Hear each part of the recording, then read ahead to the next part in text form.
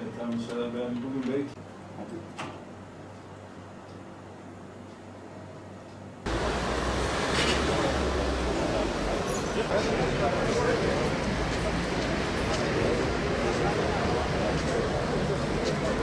Batman'da son zamanlarda sosyal medya üzerinden dolandırıcılık olayları artış göstermiştir. Özellikle gençlerimizi bu konuda uyarmak istiyorum.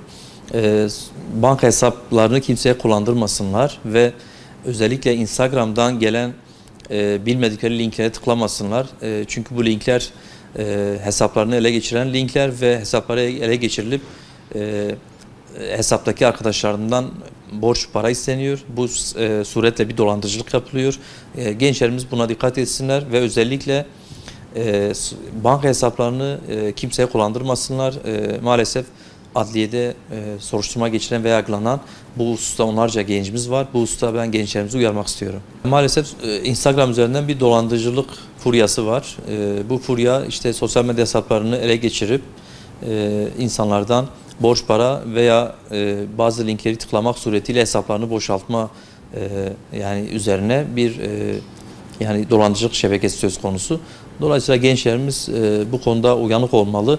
Özellikle sosyal medyadan bilmedikleri linklere tıklamamaları gerekiyor ve kendilerine banka hesaplarını kullanmaları yönünde gelen talepleri reddetmeleri gerekiyor. Aksi halde kendilerini savcılık önünde bulmaları işten bile değil.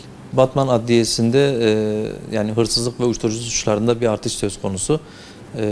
Yani toplumun uyuşturucuya karşı da hassas olması gerektiğine inanıyoruz. Yani uyuşturucuya karşı gençlerimizi uyuşturucu kullanmamaları konusunda eğitmemiz gerekiyor.